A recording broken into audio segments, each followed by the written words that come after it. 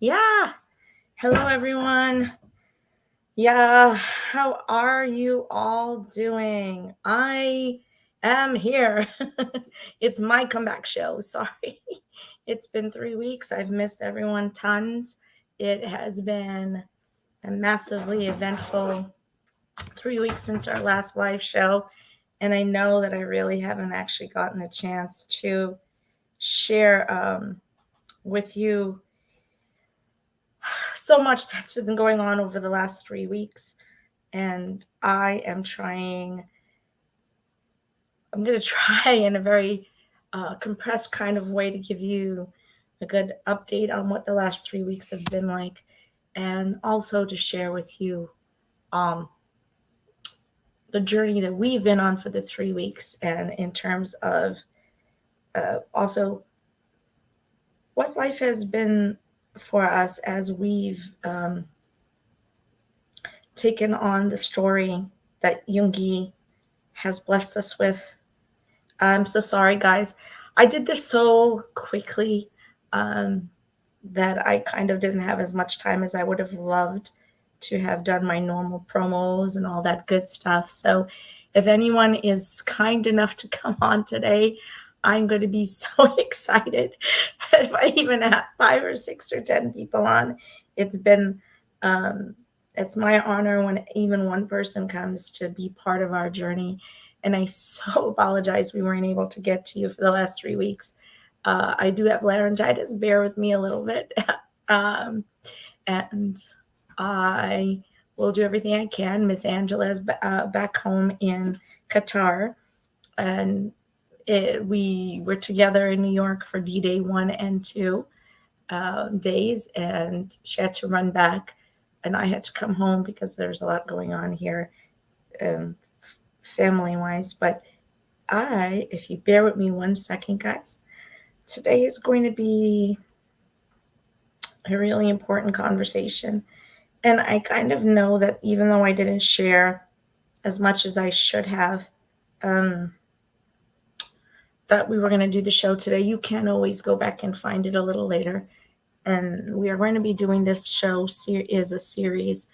Um, it's called Ahigam, Mental Health, the Amygdala, and D-Day. And it's going to be a 3-part series where we're discussing releasing the forbidden conversation around mental health, around the impact, influence, and the function of the amygdala in terms of our trauma and trauma recovery. And we're going to tie that all in as we move along to D-Day, the concert. Well, I don't call it a concert now. I call it a theatrical experience because it was a masterpiece in storytelling. And then we're going to pull that together through how the set list told us the story. And I'll share what I can with you. I am hoping that we're able to get a few people on today for conversation. But today has a lot to do with learning about what we're looking at when we're talking about releasing forbidden conversations and forbidden messages in our world, in terms of suppression of self, suppression of self-value, self-worth, self-monologue in a sense, and how Hidam, but really how D-Day as a whole is an internal monologue between Jungian Suga and August D, and how we're just getting to look at that transparent window and be able to share that with him as he has that internal monologue. It's my personal perspective as I go through it, that's how I've seen it, that we're just lucky enough to have the opportunity to even share in this conversation he's had with himself as he works through his journey. And bear with me, man. I did this so fast today. There's a reason why I did it so quickly and why I didn't get a chance to put it up. It's been a really rough few days. I'm actually supposed to be in New Jersey right now because I was supposed to be at the, excuse me, I was supposed to be at the New Jersey concert last night. I attended 1 and 2 of of New York at UBS Arena, which I'll kind of share a little bit about today, but had to come home for a family crisis, and I missed day 3, so it's okay. I'm so happy that everyone at Prudential got a chance to see Jiminy and hear Yoongi say, "Focus on me, it's my concert." Ooh. And Jiminy did say that he does want to come back, and Yoongi did ask him to do on the live Tony Montana, so we'll see what happens. I'm wearing one of the many gifts that was given to me. This one, I believe, was given to me by the lovely Majel, who was part of our Yoongi New York group. We had, about 47 people that we worked with in New York alone to be able to get tickets, and then an additional probably 10 to 12 for the New Jersey, and then many more as we move forward to the next set of concerts, or rather theatrical experience. Bear with me while I fidget, because it's, you know how I am when I'm on here. So we're going to do some science today, and I don't want to try and have it overwhelm you. When you look at these tiles that I put up, just read them, and we're going to kind of just do some general language that explains how the amygdala works and how trauma is retained in terms of memory and visual memory, auditory memory, and sensory memory in general, and how that affects our ability to heal, or to be able to work through fear, or through anxiety or stress, or many other psycho-emotional triggering events that we face through our lives, how those learned memories that have been sitting there actually help us to be able to process the stresses, the strains, and maybe be able to then come up with other strategies to be able to work our way through those things. And in the case of amygdala, in this story, Yoongi is asking the amygdala to allow him to shut down some of those memories because they're just too much for him. And they're coming back so constantly that it's difficult for him to progress in his life. And so that is an extremely important conversation to have with yourself, because there are moments where that learned trauma memory can become overwhelming, because there are just so much for you to process that sometimes we don't take those retained trauma memories and put them into pieces and compartmentalize them and put them into the learning part of the brain, or the learning.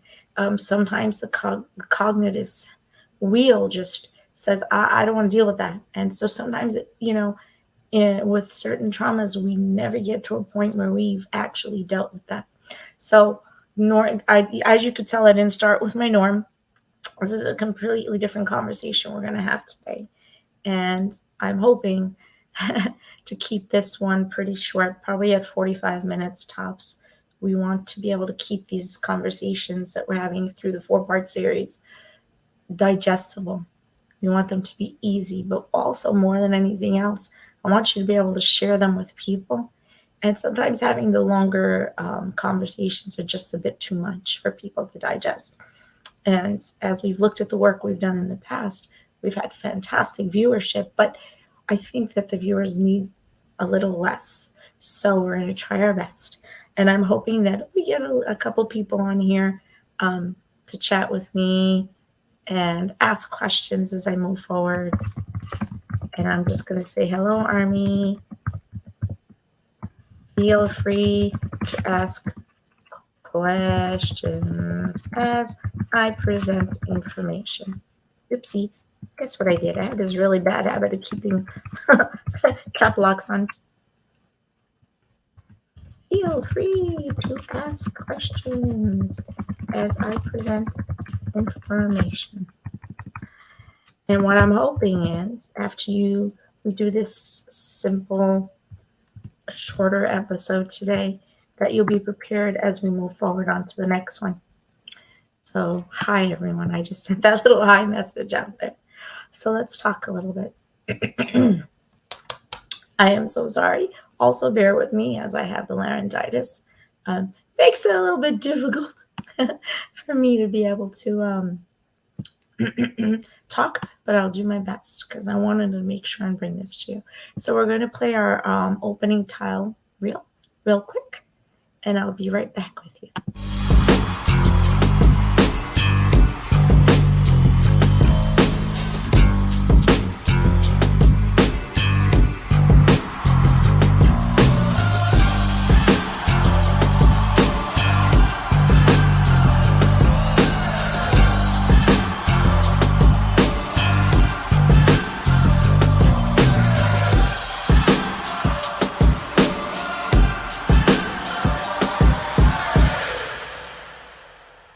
We are bulletproof.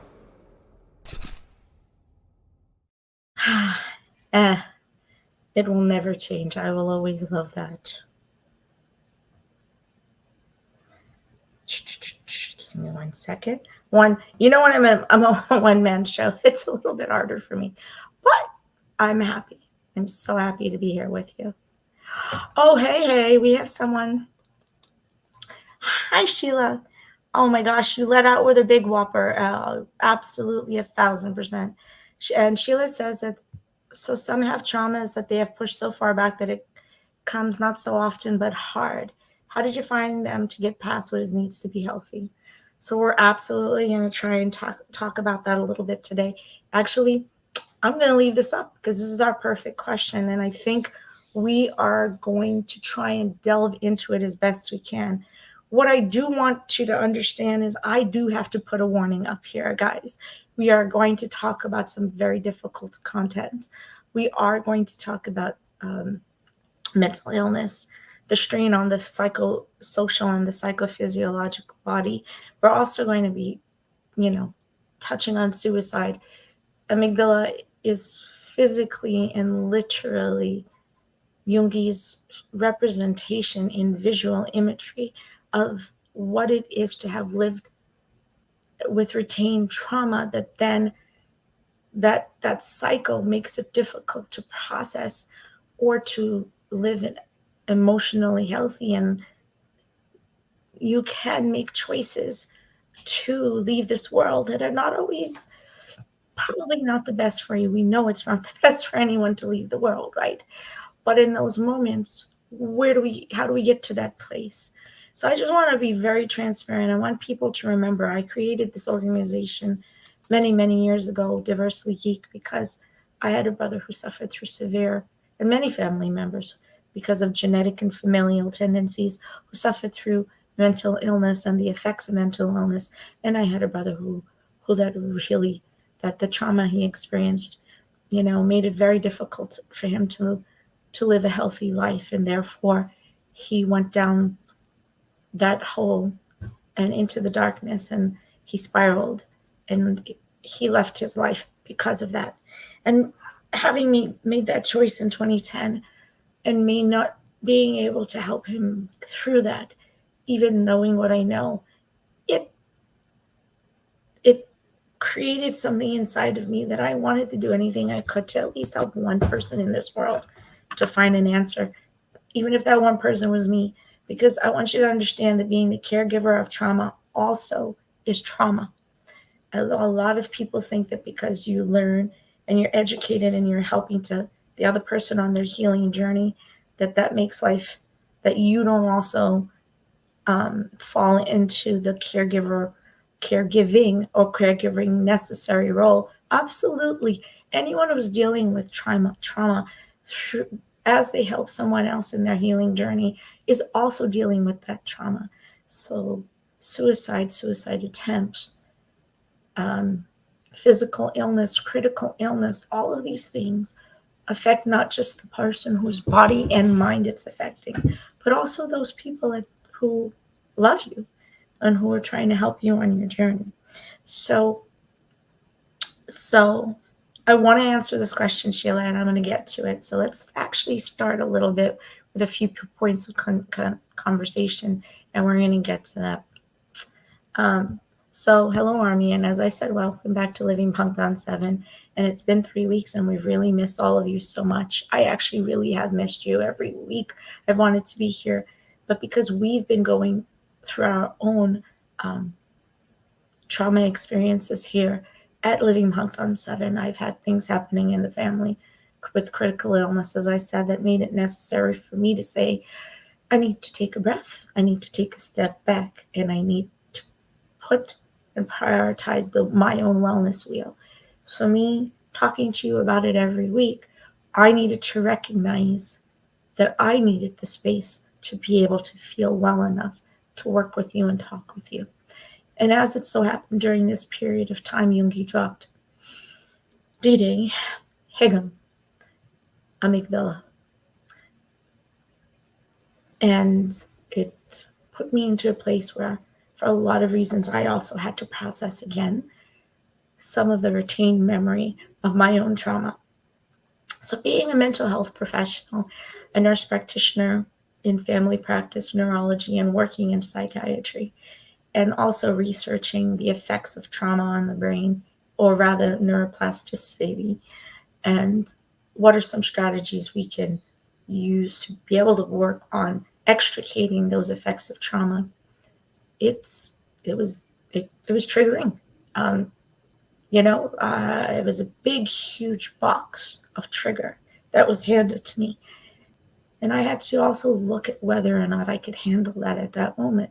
So I took a breath and decided then, rather than running straight forward and crashing, that I would go ahead and think my way through it, feel my way through it, experience the theatrical experiences known as D-Day, experience Yoongi straight, full, and then know what I was ready to do and what I was ready to talk to you about. And for whatever reason, today was the day. So I wanted to ask you first and foremost, it's been an emotionally hectic, exciting, and painful couple weeks for us with what happened with Moonbin from Astro 2 weeks ago, which was extremely emotional for many Army who love both groups, and for, of course, the idols who love Moonbin, for those dealing with that heavy weight and trying to process how to deal with that, his leaving the world and his choice to leave the world the way that he did. It's absolutely normal and expected that we have faced loss and anxiety and depression. They're all things that would be in the normal psycho-emotional wheel for us to have faced all of those as we try to process. But also in those few weeks, we also, watched our sunshine leave, and that, we knew it needed to happen. We knew it had to happen. And since then, we've seen him, and he's healthy and happily and very happy. And then, of course, we got treated to Ha on D-Day, which I think for me has been a very huge sustaining coping strategy or coping mechanism, because I absolutely adore her so much, and I can't say the words right now because it's all cuss, but it's cool. And hearing it in the concert just allowed me to obliterate some thoughts and some feelings that I wanted, that needed to not be where they were. And it's not that I suppressed them, right? I put them where they needed to be so that they were outside. And if you've ever seen me do my dual set with Bangtan, a whiteboard series, you understand what it means, where I say, take a breath, Hana dual set, and let go. Think about that thing and write it down, put it somewhere else so it's not attached to you. So there you go, Sheila. That's a strategy we've talked about right there. Being able to take those breaths, the Hana dual set from dual set. Go ahead and allow yourself to focus on those traumas, because when we hide them and suppress them, they become insidious and dark, and they pull on us. When we allow them to become here, the light to shine on them, and we acknowledge them, then we can effectively take them and put them whether you write them down. For me, I tend to write them down, and I put them each in little compartmentalized boxes. And I have this visual imagery of where I wrap them up nicely and tie a bow on them. That doesn't mean that they're beautiful things. They're dark things. But I package them up so that when I know I'm ready to deal with them, I will go back and deal with that one. What I've learned to do, and what I've written in the whiteboard series, which I'll get back to for everybody, is I've learned to put them kind of like if you think about a Venn diagram. And sometimes you have emotional experiences, trauma experiences, and you don't know, and they're like this. I actually did this on purpose. I have a necklace here, and it's my PTD necklace, which I absolutely adore. But this PTD necklace, which I adore, frustrates the heck out of me. Because guess what it likes to do? It loves to get tangled and more tangled. And I'm like, why do you keep doing this? But if I pull on it really, really, really hard and try to untangle it, it doesn't work. I needed to slowly take it a little bit at a time to create the disentangling so that it would eventually get to this point where I could then grab the two sides, get them back to where they need to be, right? Feel them. And then I can put it on myself. That, if you were to think about that, it's an image of what it means to be able to disentangle the pieces of this trauma puzzle that are doing this, overlapping and knotting and tying. And we cannot just simply pull it apart, because if we do, we're going to break something. We might fracture something, right? And we don't want that to be what happens. We want to slowly be able to disentangle. Okay. Let me take a step back on that one. Disentangling is not easy. So please don't think that because I'm just saying it to you now means that that's how it's going to happen. It's not. Do you know how many times it took me to be able to effectively figure out how to disentangle this PTD necklace without getting frustrated? At least 15 times. Because when I first started having the issue, I just couldn't see my way clear to find the spaces where I could reach in and slowly start to extricate. That took me time. So it sounds like the silliest thing for me to give you an analogy, but the frustration of me not being able to disentangle that necklace is what we go through when we can't disentangle the stress and the strain and the trauma from our own daily life. That's how hard it is. So you can think of them as a jumbled knot inside of yourself. And you are looking at them like Rubik's Cube. And you're like, how do I turn what and where? How? Where? Do I turn it left? Do I turn it right? Do I go this way? Do I go this way? How do I disentangle this puzzle? That is where the heart comes in, Sheila. They're pushed so far back that they've now become pieces of silly putty all mashed together. And you want to now take all the colors of that mashed together silly putty and like separate them. It's really hard because now they've blended and blurred, kind of like that knot in the necklace, right? So what do? There are things you need to do, and part of them I'm going to say is this. Recognize that there are parts, I'm going to write you right here, of our trauma memory that we may not be able to work on or fix today, tomorrow. Oops, hope I could smell. Or in a year.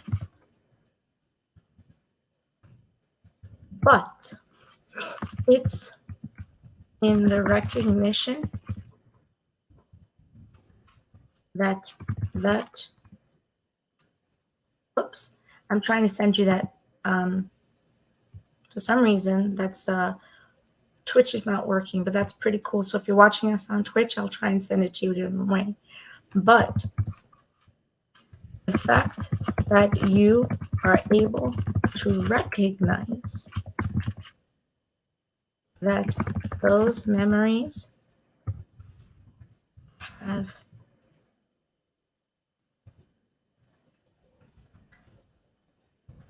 weighed you down is the first step in forward movement. So here you go. So those are the first two steps. So what I talked about was recognizing that those memories have weighed you down. It's the first step in forward moving. Like, it's not just the first step, it's literally the biggest step, because so many people can't get to a place where they even recognize that. Me talking to you today without crying about my brother, or knowing that I was dealing with my own trauma memories in the last few weeks, and the triggers, is not something I may have been able to do 7 years, 5 years, or 4 years ago, or 3 years ago. But I can do it right now, and I can openly, transparently share it with you. In the same way Yoongi is sharing the same memories with us in Amygdala. Amygdala was very difficult for me to watch. I got 47, literally 47 seconds in. If anybody wanted to play it through 47 seconds, I would say stop at that moment, and maybe it might be apparent as to why I would stop at that moment. It was like a floodgate. So, one, if you cannot listen to even Hegum, because Hegum is not easy. Hegum is this wealth of self-revelation and I want to say battle. You're not battling within yourself, right? What you're doing is, with Hegum, you're lifting the ban on the forbidden, as we've talked about. And in the music video, it looks like it's violence, right? But it's because Yoongi's battling the parts of himself that have kept him from being able to work on that self-recognition that we're talking about right now, the trauma recognition, the parts of himself that have kind of held himself back and attached him to the violence and to the pain and to the struggle. And we know this because we know in First Love, the very first thing that we saw, what we're seeing him is dealing with the fire.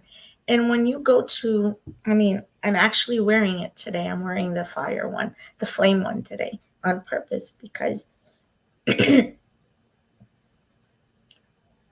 theatrical experience of D-Day, we are handed those flames. We're handed them. So we are shown them. We feel them. So we need to be ready for that. And he's presenting all those pieces of himself as he peels it away, as he goes through the untangling of the Rubik's Cube and the PTSD necklace, to be able to take and extricate each part of that trauma. And Yoongi's talking about, 14 years of trauma that he is now transparently sharing with us. That's just purely incredible that we got to be able to receive that from him. I'm going to say this. I don't want you to think that you're responsible to get past. The word getting past something, I think, tends to put a responsibility on us that we don't. That's a weight on itself. Don't weigh yourself down by expecting yourself to get past anything. What I want you to do is, this. Recognize that these memories have weighed you down, because it's the first step in forward movement. Recognize it first. Write it down. Put it in a nice package on your whiteboard. Look at it. cry about it, scream about it, vent about it, because we're seeing Yoongi do it. When he wrote the song Burn It, Burn It is about burning it down and screaming it out and venting it. And so he sang that as part of his concert, and it's part of the set list. And we're going to talk about that in part 3 and 4. Burn it to the ground. I see the image, in the mirror, and I don't recognize this image. And then now in Amygdala and Higam, and then we are watching the fractured self as he talks about the multiple selves and the multiple parts of himself. So we're gonna just look really quick at the words for amygdala. And give me 1 second, because did they not save? Because put them together so fast. So really quickly, I'm hoping I put this in the right order, because there's like a lot of little lovelies here. It may not be. So here we go. Let's talk about this, and I'm going to stop my cam for a sec. So let me actually go back and remove that banner 1 sec, okay, guys? From the comments, so we could read this. So the limbic, how does the amygdala work? I'm going to show you 3 tiles, and we're going to talk about it. And at the top of this, you're going to see, and now the main topic is actually, I just want everyone to focus on the present. So Jungi's forward propulsion and forward movement was about taking away those weights that we talked about a little bit and recognizing that those memories are weighing him down. And in amygdala, he's saying, can you just get rid of these memories, or can you put them somewhere else? Because I need to open that door, and I might not be able to make it to that door if I don't have some help to get there. So in the amygdala, which is part of the limbic system, so the limbic system is vital for one's normal functioning. This system acts as the center of emotion and memory. It is also contributed to the control of reactions. This is the important part, what I want you to know right here. To stress, attention, and sexual instincts. It comprises a set of complex structures anatomically divided into the limbic cortex, the cingulate gyrus, hippocampal gyrus, hippocampal formation, dentate gyrus, hippocampus. It's a bunch of little systems that are right in here that are all attached to the frontal cortex. So there. The hippocampus, the subauricular complex septal hypothalamus, which is extremely important in our hormonal system, and the amygdala. And as we know, the amygdala are these little almond-shaped images that are here and buried inside, and they're on the 2 sides. So the amygdala manages the processing of information between the prefrontal temporal association cortices, that's in here, and the hypothalamus in here. So I'll put up an image of that a little bit later.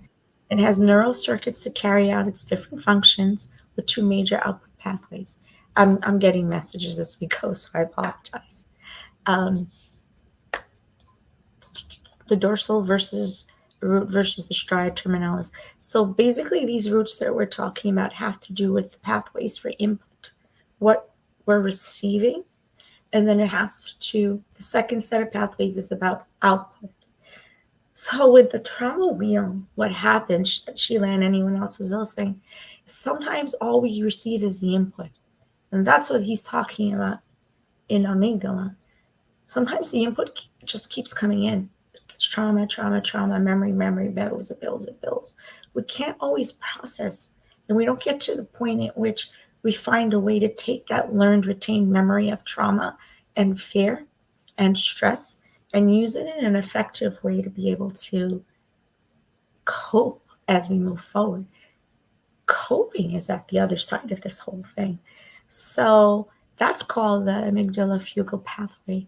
That's part of the amygdala fugal pathway. So it's so complex, my dears. The amygdala also functions in regulating anxiety, aggression, fear conditioning, which is what I'm talking about right now. Fear conditioning. That means I have had an experience, and that experience has teaching me to know what to be afraid of, or rather what not to do. I am a child. I put my hand in the fire, and my hope is that I have learned and retained this memory that allows me then to regulate my emotional, my cognitive, and my mobility function that says, don't take your hand and put it in the fire again because you're going to get burnt.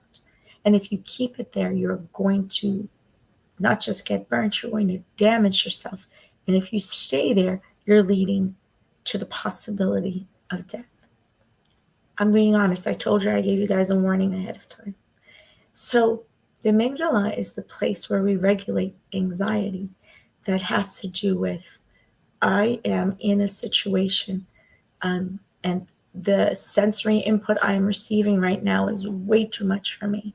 So I am telling myself to walk away from it. I'm at work. The conversation and the situation I'm dealing with is anxiety provoking, and it's creating emotional strain and stress in me. Okay. And I get to a point where I don't know how to actually functionally move through it. And so we get stuck in the retained memory of the trauma, the fear, the anxiety, the aggression. The fear conditioning gets stuck. So the emotional memory stays, but we don't get through the place where we've learned now, where we learn from it. And cognitively, we can socially, functionally, mobility, know what not to allow. There's a lot of things I could talk about when it comes to the cycle of abuse, where this might make sense to you, where sometimes we stay in a situation that's emotionally suppressive, that's mentally suppressive, financially suppressive, physically suppressive. And that emotional memory, we get stuck in the conditioning process because unfortunately what we learn is through our social conditioning that it may be okay to allow it to happen. But I'm telling you it's not. We owe no one our emotional, social, our mental, our financial, or our physical wellness. The person we owe it to is this person right here. You know? And what Yoongi was telling us with the amygdala, but what he was telling us with Hegel, where the lifting of that forbidden conversation is all of this violence that's sitting within myself.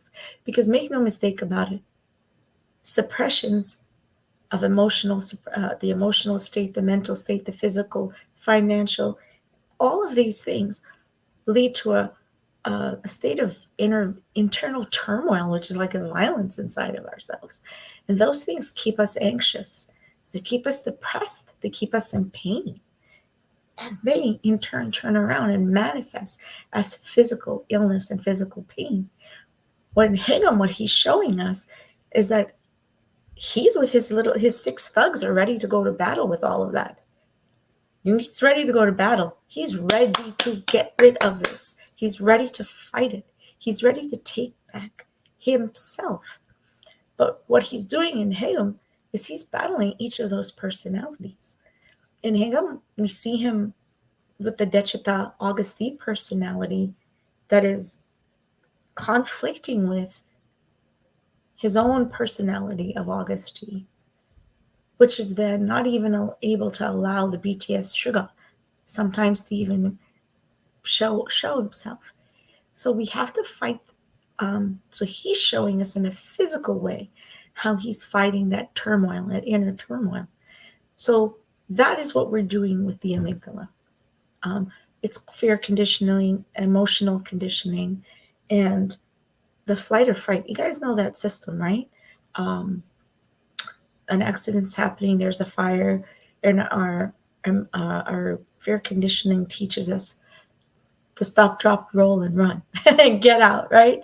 So in the same way, the survival technique tells us and teaches us that there's social conditioning and awareness that we are allowed to have for our own survival, which means not to let people emotionally abuse us, physically abuse us, financially abuse us, mentally abuse us, or oppress or suppress.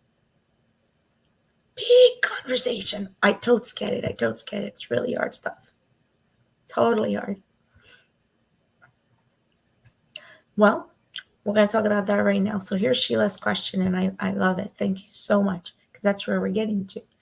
So if you can't leave that place, how do you learn to deal with your situation? So I didn't say that we weren't leaving that place. What we did was talk about a strategy to be able to take the thing that's holding you or weighing you down to that place and extricate it from yourself, like untangling the necklace or working on at least making one color on that Rubik's Cube. I don't ask anybody to solve a Rubik's Cube. I'm like, hey, success is in getting one color on one side of a Rubik's Cube. That's massive. That's what you want to do.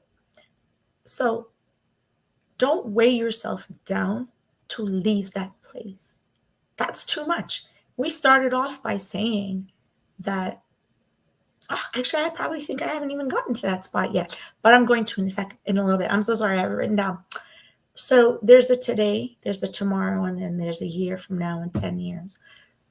You are responsible for today. So if you can't leave that place today, that's okay. That's okay. I don't expect that from you. When I work with patients, I do not expect them to have an answer today. Why would I do that? If you're emotionally, mentally, and physically traumatized, how could I possibly expect you to walk away from it today?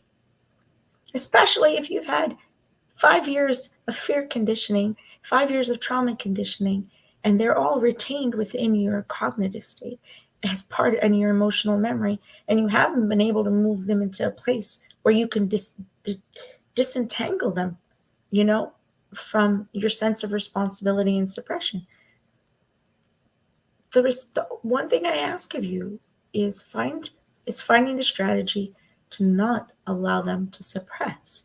So there was a couple ways we did that. Think about taking a whiteboard, like I talked about, and taking each of those pieces and writing them down, even in a Venn diagram, even if they overlap, let them overlap, let them overlap, because it's okay. Hey, I'd have to give me 1 second, I'm going to remove the banner.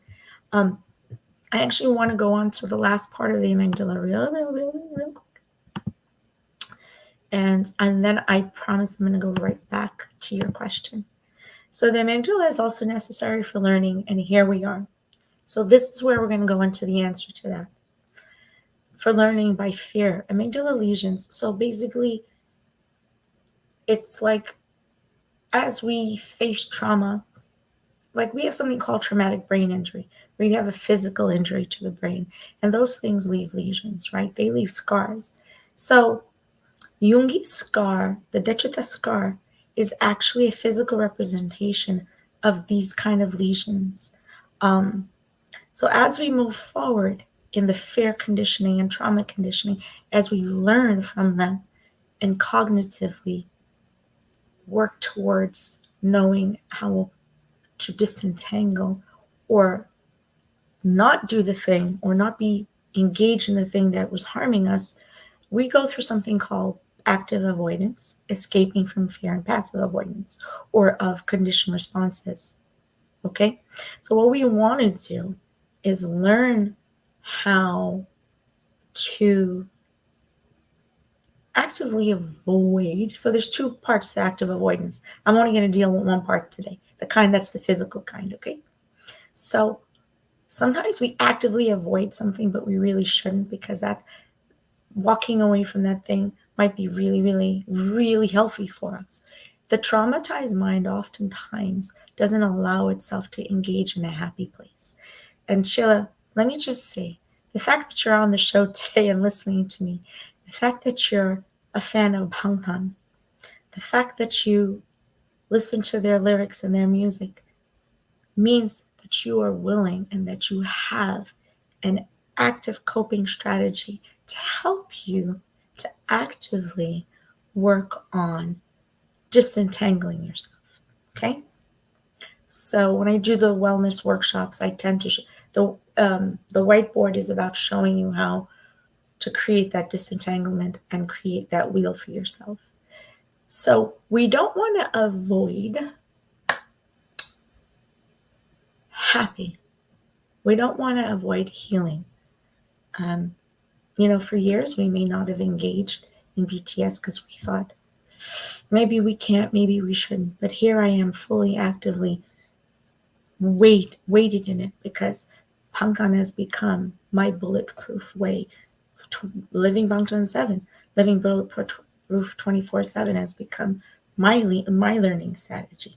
So it is the thing that I use that helps me to be able to disentangle, which is what I was talking about a little bit earlier, where I recognized that I was in a place where I needed wellness moments, and I took those wellness moments. That's all. That's a big step right there in being able to pass through something. Is don't avoid your wellness. You have every right to it. As a matter of fact, you were born and you exist with the right to live well and happy in every way possible. There's nothing in this world that should suppress you, weigh you down, or hold you down. You have the right to wellness. Write that down. We all have the right. I'm going to write it for you.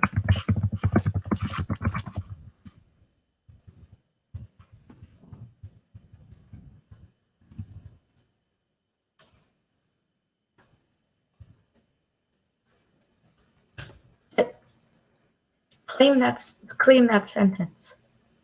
Every time it weighs you down, write a sentence that you can claim as your wellness strategy and coping strategy. For me, I use 100 Dulcet with Bangtan, self-care with Bangtan. I created words for myself, and I created the title Living Bangtan 7, so I'd always remember that I have that wheel. I have them as a strategy when I get stuck, and I reflect back on them. That's what you need. You need a strategy that helps you to remember that you are valued, worthy, and perfect. Find a song, an image, a show, like a Run BTS episode, a speech, Namjoon's speech during Indigo. There were 3 that just I sit and I go back and reflect on, and I would love to show that. I actually think I still have them in here. Something that reminds you are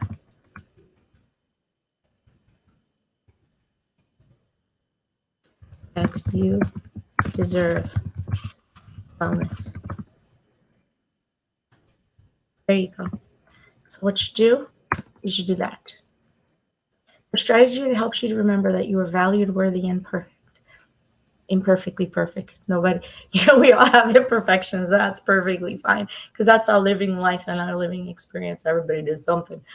But what we're saying is, as a human being, your perfection is right there and it's inherent and it's part of you. As long as you don't self-harm or you don't harm other people, you are worthy, okay? And you're valuable. Find a song, an image, a show, a Run BTS episode, a speech, something that reminds you that you deserve wellness, and hold on to it. So go ahead and write these few things down that I talked to you about today. So conditioned response means if I face the trauma, and that trauma is something that I retain. I don't really want to talk about abuse today because I don't think that's the space we want to get to. Not yet. But to get to the point to where we are willing to leave this world because we can no longer emotionally feel our worth, our value, or our connection to it, or to the happy that can exist for us, we are now drowning in those experiences, in those traumas. To get to that place where we can process those emotions, the fears, and those stimuli is a huge, huge, huge, huge, huge, huge, huge step. And it takes a while. Don't expect it today. What you need to expect is that the number one thing is to recognize that you have these things that might be weighing you down. And recognizing them, as I've said a few times, is the absolutely first step in telling yourself that you are worth recognizing them, that you are worth wellness. And I recognize that these are the things that are suppressing me, my physical and my emotional forward propulsion. In the same way that we see in amygdala and in Hegel, we're looking at two forward propulsions. And one is about battling those dark sides of Jungi's personality. And the other one is him crying out and saying, I want to survive. And him physically showing all of what suppressed him, all these memories that are weighing him down, and him saying, but I want to survive. I need to survive this. Help me to be able to survive this. And we're going to go into more later. There's so much about the video that we'll talk about later. Right now, it was just about focusing on understanding how the amygdala's process works. And for its role in memory, the activation of the amygdala has a modulatory effect on the acquisition or acquiring and consolidating memories that evoke an emotional response. That is what he's talking about amygdala. But actually, understand it's what he's talking about in Hegel. He's talking about the role in memory, how the amygdala's role in memory. When the amygdala is activated, it modulates the effect on how we acquire, how quickly we acquire, how intensely we acquire, how slowly we acquire, how much we acquire, and then how much we consolidate or choose not to those memories, and then how we then take those memories to evoke an emotional response. When you have 100 points of negative traumatic impact, the amygdala holds on to the 100 points. So, or it can, right? It does. So if you have no way to learn how to take that, consolidate it, and move forward, or extricate the pieces that you don't need to hold on to, or you've already processed, then they all stay like jumbled up like that putty that's, a rainbow, and now completely blended and merged together, because they're no longer separate pieces, separate experiences. They're just this jumbled mess.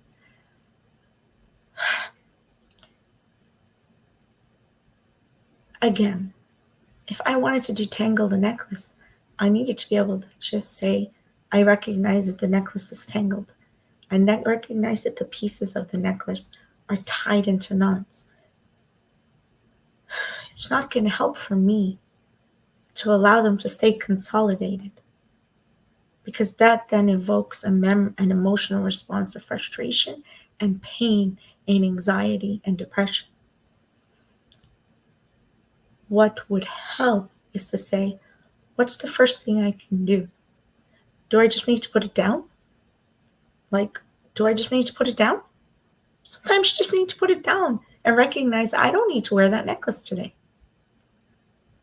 I recognize that I don't need to get the red out of that merged blended silly putty today. I also recognize that I don't need to get 100% of the side of the Rubik's Cube done today. I am perfectly happy with 1/5 of that Rubik's Cube. I got 4 pieces that matched. That's success. That is how we slowly move our way forward in the trauma wheel towards it's the small stages of recognition. Recognize that we don't need to get that entire Rubik's Cube solved, nor do we need an entire side of it solved. It's okay just to get 20% of it done. It's okay just to get 10% of it done. It's okay to put the necklace down and not untangle it. It's okay. That is the lesson that Yoongi took so long to learn in all of these years, that it made it difficult for him to extricate himself from that experience. So that, my loves, is what we're talking about.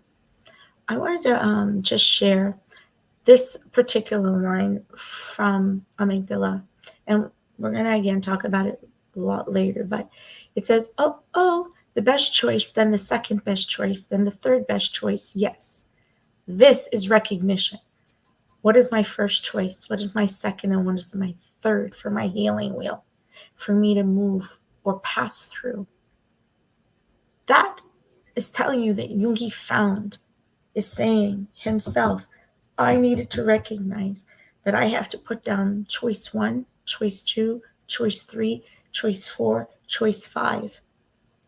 Because these are the things I never asked for, things that are out of my control. I'm recognizing that these are the things that are not out of my control. So here's the other one. Recognize the things that are out of your control, that you cannot and should not expect yourself to fix or solve. So today we're talking about recognition. Amygdala and Hegel are about recognition. So let's put them back in one after another. Okay, so you recognize them, then you extricate them like the pieces of the silly putty. You may later want to put that puzzle piece back together again, right? You may want to be able to say, I want to create a rainbow from the silly putty piece, those colors, and I want it to look beautiful. But before you can get to that place, you have to be able to say, I have a best choice, a second, a third, a fourth. I have to be able to say, these are the things that are out of my control.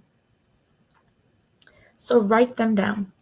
So make a list of the things that weigh you down,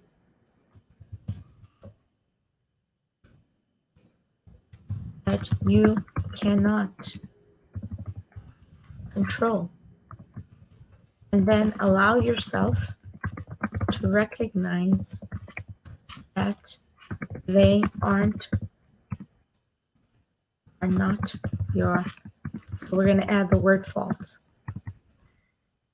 A lot of people are not able to move past because they simply hold on to all of it as a fault. It's not a fault. They're not your fault.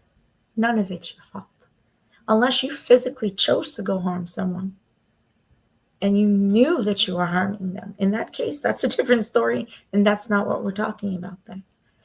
But self-harm exists because we didn't understand that there was a first choice, a second choice, a third choice, because we didn't allow ourselves to ask what those choices could be, or to recognize that these things that are weighing us down, that they're not our fault and we can't control them. I didn't know your name, traveling to memories. I didn't know your name. I thought, and this was just me because we're coming to the end of the show, that what he's talking, these three, your name, is Min Yoongi, Suga, and Augustine. In my recollection of it, I thought, is he talking about the three parts of himself? But when you look at the video and then you go to the concert, you're going to see that the number 9 comes up. I don't want to have any spoilers, so I'm not going to do any of that right now if you haven't seen it. But I want you to really reflect as you see the show on the mirror images that he puts up on the wall, on the video scan, and count the fractures that the thing is I talked about that fractured mirror so many times in our show because of the fake love, the concept of fake love that started with the save me, and how save me moved our way through. And here you now can understand and recognize that Yoongi was telling us all of this already. He and Namjoon and the members were already helping us to find this place. So we are at an hour, and I absolutely did not want to get to that place. So what we're going to do is we are going to go ahead and move on to the end. So we talked about living, we're grieving, rejoicing, we're anxious, we're ecstatic, we're concerned. All of these are things that we're working with. We saw our seven angels come together a couple of weeks ago, even if it was for a short time, and we've been gifted another masterpiece in writing, storytelling, faith building, self-acceptance, empowerment, and magic. That is what we had from Faces. That is what we have in D-Day. Every single piece of D-Day. I want to go through Huh so badly with you, because Huh is just your, too, Sheila, I take Huh and I vent with it, because that's your venting. You have to have a venting mechanism, and I use Burn It, and now I'm using Huh for that, because I need to have something that represents those parts of myself that are weighing me down and making me feel dark. And I need a physical manifestation. So I chose some songs that allow me to get to that place. And so I'm using 2 of those songs, and I'm using some other mechanisms, some other BTS strategies, and run BTS episodes that have helped. Just to understand that we love and appreciate you all, and I'd love to hear from each of you. Manifesting that our other love. Oh, sorry, we were talking about, that was about Jimin showing up, which he did yesterday. And I'd love to hear from each of you. So if you can just drop a purple heart or a thumbs up here, or on any of our sites. We're Living Punked 7, and we're on Twitter. We're on YouTube. We're on Tumblr. We're on Instagram. We're on Facebook. We're on TikTok. And all of those places, I'm putting out wellness conversations all the time. Here at LB7, our entire model is about world building, creating safe and cathartic spaces for Army and anyone who needs to hear these words. For anyone who didn't have anywhere else to turn, offering a place for rest and respite. Even we at LB7 need moments of respite. So I personally took 3 weeks to find my own balance because of some very painful life events. And I'm grateful for my team who supported me and this organization, and all of our fans and followers and absolutely lovely Army who supported our organization while I've rested my mind. Then we had the opportunity to go to D-Day and did our first wellness excursion. It was an unbelievable 4 days. It's the first one we hosted, and we're going to share about that as we move forward. And just remember that LB7, Living Bangtan 7, is here as a reminder of the power that the bulletproof of Bangtan philosophy has as a source of healing for healthy coping and support when we are struggling to believe in ourselves, which is how and why we created today's show, a Hegam, mental health, the amygdala, and D-Day. And you can find us on all of our social media sites. Please find us. Please come back to me and talk to me and let me know what you need. And I hope in the short time, yeah, I got the ones too. See, Burn It. It is crazy that you and I totally agreed on Burn It. Guys, please use Burn It. Burn It is an extremely important part of this healing process. And you know why? You know that now because it's part of the set list and has a very, very strong presence towards the end of the concert. Again, not going to spoil anything. We're going to go deeper into the set list as we move much farther down into the concert. So I'm going to go because we're past an hour, and I promised it would be 45 to 15 minutes. Sheila, I thank you so much. Thank you so much, because just these few questions really helped me to be able to move along the conversation today. And I really, truly hope that I was able to bring some kind of light and some positivity into your world today. And I hope that we were able to help you know that Living Bangtan 7 is here with you. I'm wearing my merch. So my merch. Got my merch. By the way, merch is like a really, really, really, really cool, cathartic part of our healing. And so everybody knows how much I love my jewelry. And so I use jewelry for catharsis. I use jewelry for tactile stimulation. Sometimes, last trigger because I'm about to go. Listen. You know how I'm always telling you about on the show about how I touch and I hold and I use the sensory stim. So this is a sensory. Oh, of course, you're so welcome. That's what I'm here for, my dear. Thank you so much. I choose jewelry as a sensory stim for myself to be able to help me to when I'm going through a darkness in those moments. Jewelry helps me to be able to, when you touch, and if you use one of these guys, or if you use one of these guys, fitted spinners, or even if you take a brush and just gently do this. Sometimes what that does, go ahead and try it, guys. Sometimes what that does is it takes that avoidance and where you get locked in, and it helps you to be able to reconnect to a healthier, a cathartic sensory stim. So I use my jewelry and I touch and I do this. But you find something that works for you. This actually does work. A teeny little brush. Sometimes I keep one with me and I will use it. See, try it on a baby. Go ahead and try it right now and see what it feels like. You actually start to have a physiologic response to the sensation, that stroking sensation. And it actually starts to help you feel calmer and a little cooler. Isn't that awesome? All right, my loves, thank you so much for being part of our show today. I know that it went really, really, really, really, really, really, really, really fast. I have a lot of videos I really wanted to show you today, but I didn't get a chance to. But here's some beautiful Min Yoongi, my absolute love. I have many loves. There's 7 of them. But Min Yoongi is the muse, and a huge reason for why I write and write the way that I do. Ah, look at that sweet boy. All right, my loves. Like, subscribe, follow. We need you big time. Big time, big time. Like, subscribe, follow on all our social media sites at Living Bangtan 7. Even on Facebook, it's called Bangtan Philosophy. But even there, you could find us if you do at Living Bangtan 7. You will open the Bangtan Philosophy. And sometime this week, I will actually finally be able to do my next in our Blackboard series of dual set with Bangtan. All right, everyone, Borahe, love all of you. Apo Bangpo. Have a wonderful week and look forward to the next part 2 in this series next week.